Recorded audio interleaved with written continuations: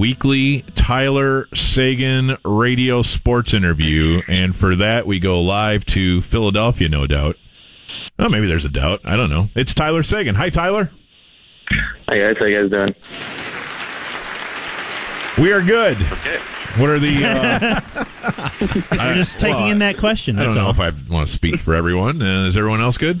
You good, I'm okay, Tyler. Depends. Thanks for asking. I appreciate I mean, it it. is hump day.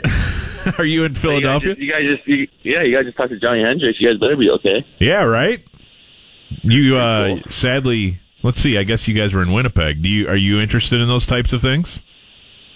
Which types of things? UFC? Yeah, like a pay-per-view on a Saturday night in Winnipeg. Do you go find that or no? It was a little past my bedtime to watch, but I'm more of a big GSP fan. Oh, okay. Oh, you're a George St. Pierre guy, are you?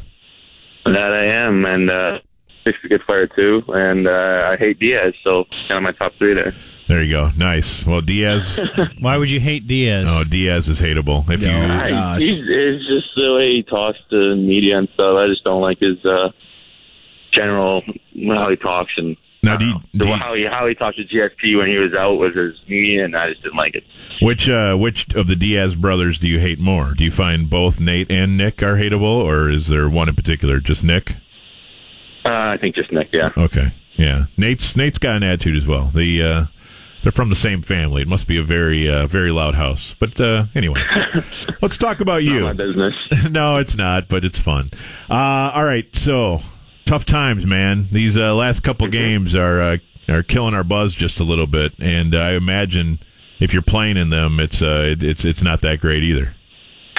No, it's definitely frustrating. I think it started all in the Calgary game. I look at myself, we're up 3-1, I had a breakaway there, I shot 5-hole, I missed, and it seems ever since then, just been this downward spiral. We lost that game, and then, lost the last two. The Winnipeg one was pretty embarrassing. We tried to regroup quickly, went against Pitt, who had lost 2 in a row. They responded really well. I thought we played, an okay first. We had our moments in the second. I thought we were competing, battling, had chances to score, didn't bury, missed the net way too many times, myself included. And then that was it. That was the game. So now we got an even harder game tomorrow night here in Philly. Yeah, and the panic with a team that has a little bit of history. If you hit a downslide, even if it's just 2 games without a point, then people start to wonder, as they say, here we go again, and are they gripping their hockey sticks a little tighter than they should with panic and nerves and that sort of thing? And it may be over analysis, but I guess a lot of us are living and dying with these games, and so there's people jumping to conclusions, I suppose. Well, yeah, I think fans are going to be fans. I mean, you're either. If I was talking to a fan right now, I'd say stick with us. I don't think anyone in our locker room is using the word panic right now. I think we're, got to get back to our system and, our execution. And, I'm not going to make excuses saying that we've gotten bad bounces. But, we're going to put things behind us at this point of the year with this little amount of games left. I know from winning, whenever there's a high moment or a low moment, you can't get too high or too low. So right now we need to stay pretty even keel and get back to work today. We got to step away from the game a little bit. Didn't really do any video. Just kind of took a day off from everything. Myself, I'm going to movies right now with Jamie, and just got to regroup and get ready for tomorrow. What are we going to see? Yeah. Need for Speed. All right. With Jesse Pinkman. Aaron Paul? Yeah, Aaron Paul's in there. Yeah. Why not? Yeah, I was a big Fast and Furious fan, so thinking Need for Speed's a good one to go see. We've talked about this when that dude died a couple months ago. Paul Walker. We made the observation that we have never seen any of those. So if you're saying we're missing something really awesome here, speak for yourself. Well, I'm sorry, you've seen them. Dan and I. Yeah, no, I'm a big car guy, and I just always liked Vin Diesel. I love Paul Walker. I was very sad and tragic what happened there. And yeah, Need for Speed seemed like a good movie to go see.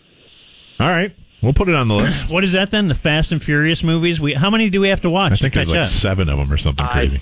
Yeah, 6 or 7. I can't remember. Whoa. Who's counting, right? Who's keeping track? So, how close do you stare at the standings every day? I mean, close enough. I think I and everyone else knows where we are, and I think we earned where we are.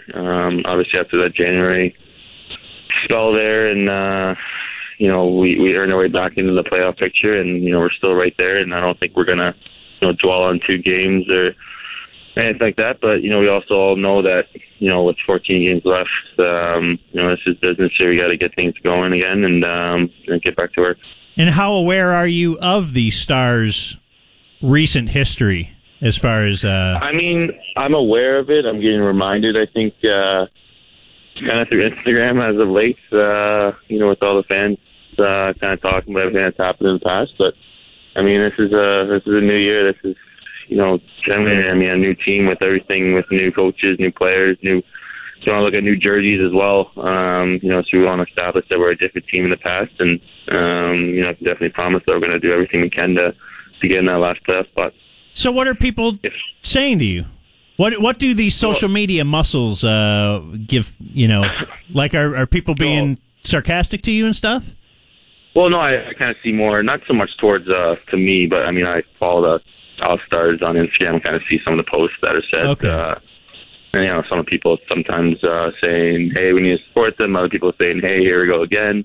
But in the end, I've never been one to dwell on too much of what people are saying. Kind of driven my hockey career as of late of going against what people are saying. But no, I mean everyone in here is focused and wanting to win. So we just got to get back to more execution and following the system a bit more than we have been as of late.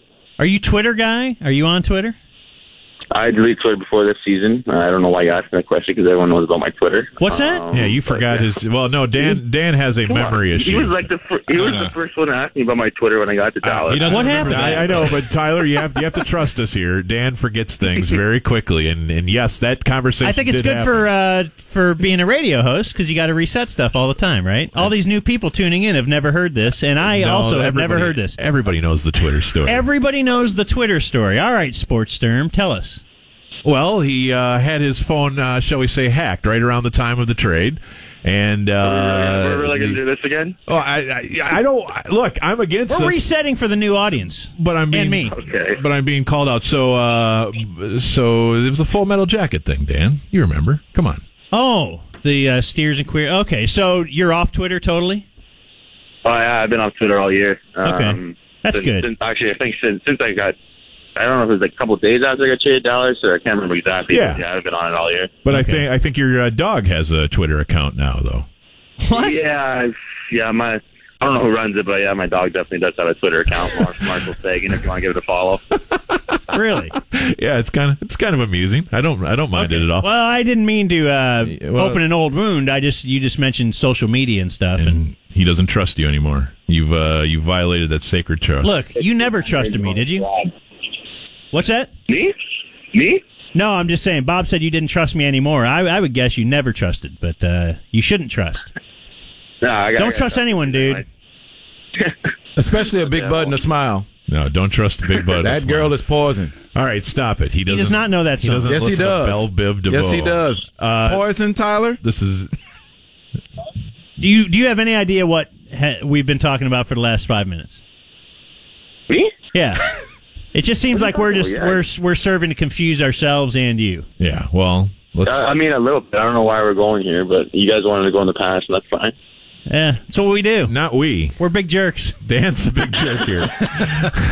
All right, it's Tyler Seguin. It's Sports Radio 1310, the ticket. Can we talk a little Crosby for a second?